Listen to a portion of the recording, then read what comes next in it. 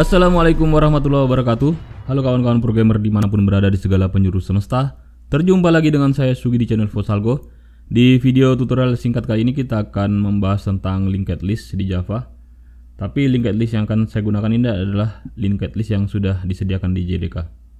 Teman-teman boleh membaca dokumentasinya di JDK.3 atau mungkin JDK yang lain sesuai dengan JDK yang teman-teman gunakan. Oke, baik. Di JDK sudah disediakan kelas linked list. Kelas ini punya metode konstruktor linked list. Ada dua metode konstruktornya. Kemudian metode-metode yang lain adalah ada add, kemudian add all, add first, add last, clear, kemudian get first juga ya. Ada over untuk menambahkan over first, over last, bisa ditambahkan dari depan, dari belakang. Ini mirip dengan add. Kemudian ada pick untuk melihat nilai yang terakhir. Oh, ini kalau di sini head ya yang diperiksa, bukan yang terakhir. Picknya dia untuk melihat nilai yang berada di posisi first. Kemudian pick first sama dengan pick tadi ini, melihat posisi first. Ada juga pick last untuk melihat nilai yang paling belakang dimasukkan. Kemudian ada pull untuk mengambil dan menghapus ya. Jadi dia mengambil nilainya dan menghapus dari posisi head ya, dari posisi depan. Kemudian ada head first mirip dengan pull first mirip dengan pull. Kemudian ada juga mengambil dari belakang, pull last. Ada pop. Pop ini untuk mengambil juga. Tapi ini cara mengambilnya seperti stack ya. Jadi kalau pop itu dia ambil dari belakang. Kemudian ada push juga. Jadi dia menggunakan operasi yang dari stack. Jadi linked list ini bisa digunakan nanti untuk membuat stack dan queue ya, membuat tumpukan dan antrian. Secara operasi linked list ini mirip dengan array list. Tapi sebenarnya struktur di dalamnya berbeda. Kita coba lihat di sini, ada sempat yang bahas itu ya. Linked list dan array list. Saya lihat dulu.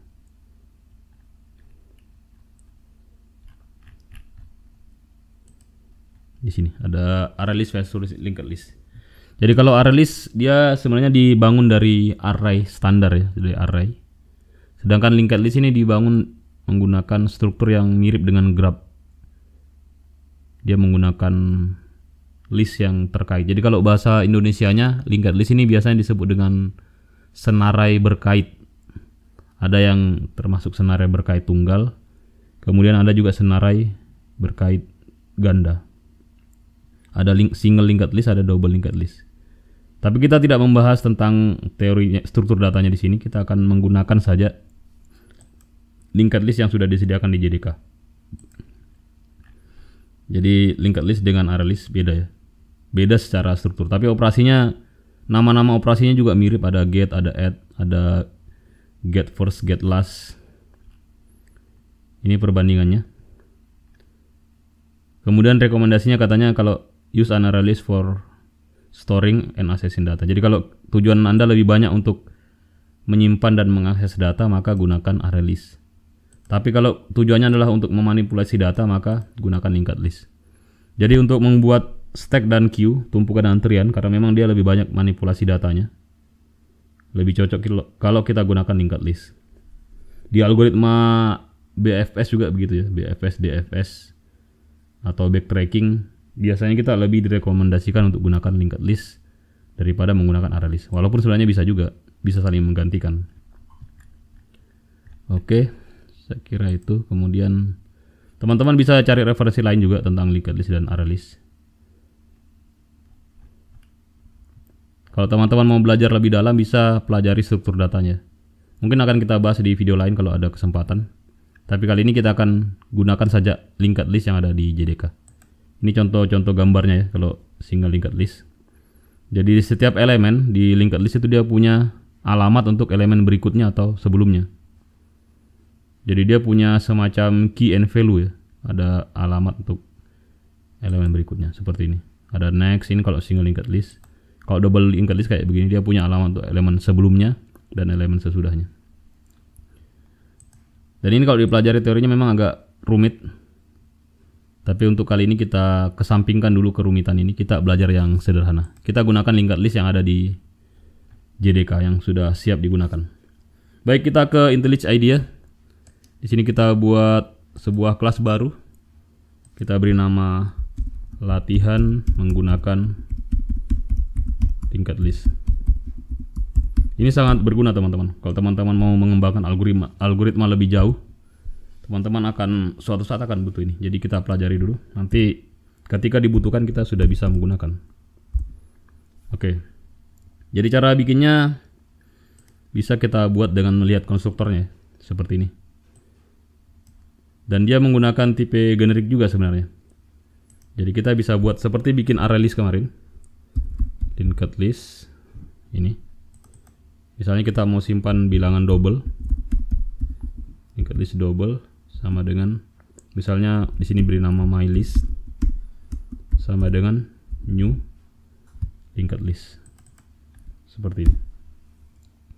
Ya, setelah kita buat objek linked listnya, sekarang kita bisa menggunakan metode-metode yang ada di dalamnya. Metode-metodenya ada ini ya, ada add, kemudian ada indeksnya. Jadi kita bisa menambahkan di indeks tertentu, ada add first. Teman-teman bisa coba semua ini satu persatu dan lihat reaksinya seperti apa. Saya perlihatkan bagaimana cara mencoba dan melihat reaksinya supaya teman-teman bisa coba sendiri. Jadi caranya adalah pertama kita cetak dulu. Kita bisa sort. Kita cetak mylist. Jadi kalau dalam kondisi ini kita cetak, maka apa yang terjadi?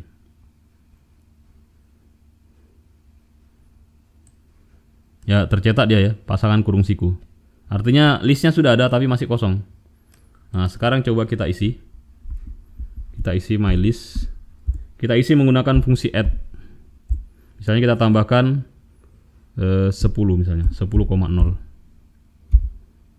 Kalau kita run ini, maka dia akan mencetak 10 di sini. Ya, kita coba tambahkan lagi. Bisa tekan Ctrl D kalau di IntelliJ IDEA ya. Ganti nilainya 10, misalnya 11 di sini. 11,1. Kita run. Ya, dia bertambah 2 elemen seperti itu. Kita mau tambah lagi, Ctrl D lagi 2 kali. Di sini ada saya masukkan 12,2, misal 12,2. Terus 13,3. Saya run, enter. Dia cetak. Jadi ini isinya ya sekarang. 10, 11, 10,0, 11,1, 11, 12,3, 13,3. Saya ganti dulu supaya rapi.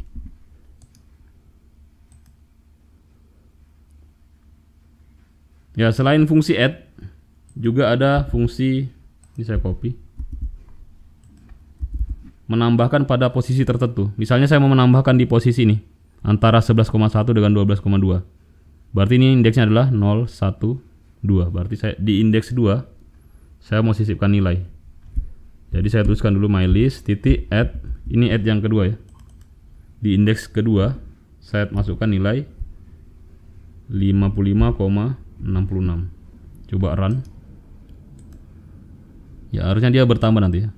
Ya, ini awalnya yang 12-nya ini bergeser ke kanan dan disisipkan nilai di sini di posisinya sebelumnya. Jadi 55,6. Kemudian masih banyak operasi yang bisa kita coba. Di sini ada index of juga ya. Kita bisa cek index of.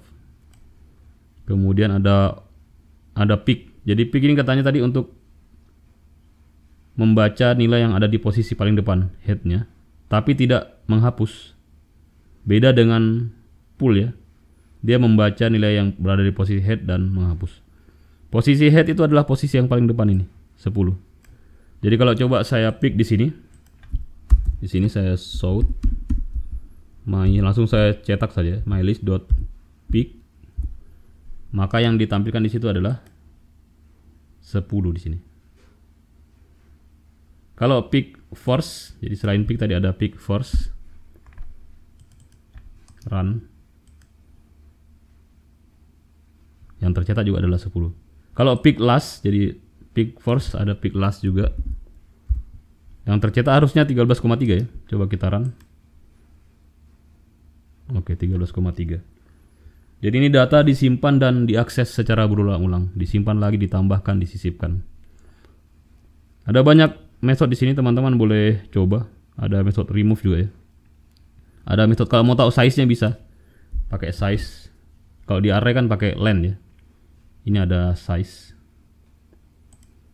Ada metode size. Berapa sih size-nya? Kita bisa sort di sini langsung, atau bisa disimpan dalam variabel misalnya. Integer ukuran atau s sama dengan mylist.size get size ya, size. Jadi kalau kita cetak ini s-nya berarti yang muncul adalah jumlah elemen yang ada di dalam mylist. Harusnya berapa ini? 1 2 3 4 5 ya harusnya. Ya 5. Jadi size-nya adalah 5. Kalau mau dicetak juga pakai for bisa ya teman-teman. Dengan mengetahui ini ada size-nya 5, kita bisa mencetaknya pakai for i dari i sama dengan 0 sampai i lebih kecil, dan selama i lebih kecil daripada mylist.size seperti ini, teman-teman bisa cetak sort. Saya sort pakai enter nanti ya. Sort mylist get i. Ya, ada banyak cara mencetaknya. Coba run. Ya, ini dia cetak ke bawah ya. Kalau teman-teman mau dicetaknya persis seperti yang di atas ini, tentu harus ada sedikit manipulasi dan trik ya. Cetak sort dulu di sini, kita butuh ini dicetak satu persatu teman-teman. Memang serumit ini memang ya kalau mau manual. Terus sort lagi diakhiri dengan kurung siku. Sorry, ada petiknya. Terus ini tidak pakai ln. Saya run dulu, ini masih belum selesai. Ya, belum sama ya. Di sini ada komanya, tapi komanya ini unik. Tidak semua ada komanya, yang ini ada komanya depannya, tapi yang 10 tidak ada. Maka di situ saya butuh trik juga. Jika i-nya lebih besar dari 0, baru saya cetak koma. Sort koma, ada spasinya ya. Setiap elemen ini berarti sekali. Saya dengan adanya spasi dan tidak ada, ini beda sekali hasilnya di sini. Saya hilangkan ln-nya. Saya run file. Lihat hasilnya adalah ini, sama ya. Oke. Jadi kita sudah belajar beberapa metode tadi ini. Ada add, kemudian add pada indeks tertentu, indeks kedua. Kemudian ada juga size. Ada juga pick, tadi kita sudah buat pick. Kemudian untuk metode yang lain saya kira teman-teman bisa pelajari sendiri. Ada reverse juga ya, bisa dibalik ini sebenarnya. Coba saya balik. Jadi ini mula-mula 10, 11, 55, 12, 13, 5. Coba kita balik di bawah sini.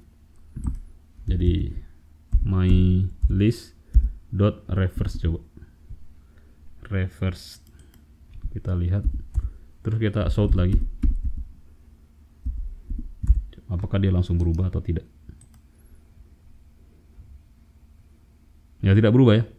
Kecuali kita buat seperti ini, my list sama dengan mylist.reverse. Coba kita run. Ya, berubah. Jadi cara merubahnya tidak langsung mylist.reverse, tapi disimpan lagi ke dalam variabel baru. Atau teman-teman boleh bikin list yang baru yang isinya adalah hasil pembalikan dari mylist. Jadi bikin ini secara tidak saya hapus ya. Saya ganti saja di sini. Saya bikin yang baru. Di sini saya bikin list yang kedua. Linked list sama tipenya double. Kemudian misalnya your list sama dengan hasil pembalikan dari my list. Sorry, yang saya cetak harusnya your list ya. Your list seperti ini. Run file. Oke. Mungkin teman-teman terinspirasi dari sini bisa buat program untuk membalik kata ya. Seperti yang dipakai di Malang, ada bahasa walik. Jadi ada kata dibalik saya jadi ayas begitu. Untuk metode yang lain mungkin teman-teman ada set juga ya, atau saya coba dulu set ini. Saya kira teman-teman bisa mencoba sendiri. Jadi saya bisa rubah nilai dari mylist. Saya cetak dulu mylist.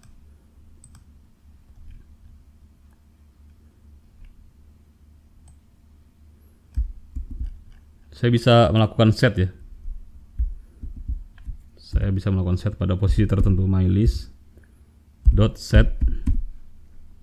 Jadi tadi kalau insert atau add itu dia menambahkan, tapi kalau set ini dia hanya merubah saja. Misalnya di posisi 1 ini adalah 11,1, jadi saya rubah pada posisi 1 sekarang menjadi 321,456. Jadi kalau saya cetak lagi nih, saya cetak lagi, maka dia akan menghasilkan nilai yang berubah ya. Jadi di posisi 1 berubah nilainya. Jadi teman-teman boleh coba semua metode ini. Keterangannya ada di sampingnya ya. Kalau misalnya metode ini untuk apa, ada di sampingnya nih, di sebelah kanannya. Ini adalah bagian dari proses latihan membaca dokumentasi. Karena tidak mau kalau teman-teman mau jadi programmer harus belajar membaca dokumentasi dari programnya ya. Atau teman-teman juga bisa gunakan intuisi. Biasanya juga saya kadang-kadang tidak membaca ininya. Kalau saya mau awal-awal biasanya saya pakai intuisi saja. Misalnya kata remove, berarti ini gunanya untuk menghapus. Cuman kalau ada banyak remove kayak begini baru dibaca di sebelah kanannya. Jadi bisa gunakan intuisi programmer. Baik, saya kira cukup untuk belajar kita tentang linked list menggunakan kelas linked list yang disediakan oleh JDK. Kalau teman-teman punya pertanyaan dan saran boleh dituliskan di kolom komentar. Jangan lupa like, share, and subscribe untuk bisa berbagi ilmu dan menyebarluaskannya kepada teman-teman yang lain. Mohon maaf atas segala kekurangan. Insya Allah kita akan jumpa lagi di video tutorial berikutnya. Terima kasih. Wassalamualaikum warahmatullahi wabarakatuh.